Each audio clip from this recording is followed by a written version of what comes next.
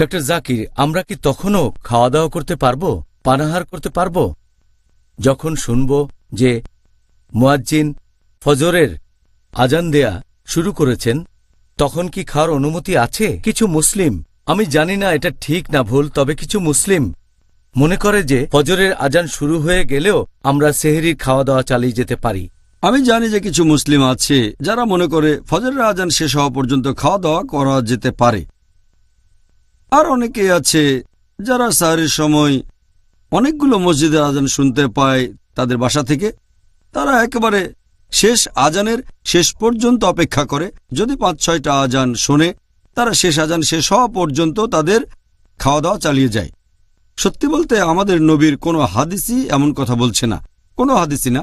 আর যদি কেউ ধর্মের ভেতরে নতুন কিছু আনে, সেটা বাতিল করে দিতে হবে। এই হাদিসের উল্লেখ আছে সহিহ বুখারীতে, খণ্ড নম্বর ৩, হাদিস নাম্বার 2697। যদি কেউ দিনের ভেতরে নতুন কিছু আনে, সেটা বাতিল করতে হবে। আর পবিত্র কোরআনে স্পষ্ট বলছে সূরা বাকারা অধ্যায় নম্বর ২, আয়াত নম্বর ১৮৭, যে তোমরা পানাহার করো যতক্ষণ সকালের শুভ্র রেখা রাতের কালো রেখা থেকে স্পষ্ট না হয়। তার মানে যখনই ভোর হবে, যখনই আপনি আজান শুনতে পাবেন, খাওয়া বন্ধ করবেন। আর সহিহ বুখারীর আরেকটা হাদিস আগে বলেছি, খণ্ড নম্বর ৩, বুক অব ফাস্টিং, হাদিস নম্বর 1918 এবং 1919। এখানে আয়েশা রাদিয়াল্লাহু আনহা বলেছেন, যখন তোমরা বিলাল রাদিয়াল্লাহু আনহুর আজান শুনবে, পানাহার চালিয়ে যাও যতক্ষণ না তোমরা ইবনে মাকতুমের আজান শুনতে পাও, কারণ তিনি যখন আজান দেবেন সেটাই ফজরের ওয়াক্ত, যে ভোর হয়ে গেছে। তার মানে ফজরের আজান শুনলেই খাওয়া বন্ধ করবেন, আজান শুনলেই সাহারি বন্ধ করবেন। তবে আমাদের নবী মুহাম্মদ সাল্লাল্লাহু আলাইহি ওয়াসাল্লাম কিছুটা ছাড় দিয়েছেন।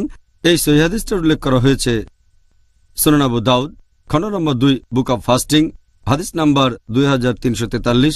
আমাদের প্রিয় নবী বলেছেন, যখন তোমরা আজান শুনবে তখন যদি পানির পাত্র তোমার হাতে থাকে, তাহলে সেটুকু পান করার অনুমতি দেওয়া হলো। তাহলে নবী সাল্লাল্লাহু আলাইহি সাল্লাম আমাদের একটা ছাড় দিয়েছেন যে আজানের সময় খাবার বা পানীয় থাকলে হাতে, তোমরা সেটা খেয়ে নিতে পারো। তার মানে এই না যে আপনার হাতে একটা বড় স্যান্ডউইচ আছে, সেটা খেয়ে ফেললেন।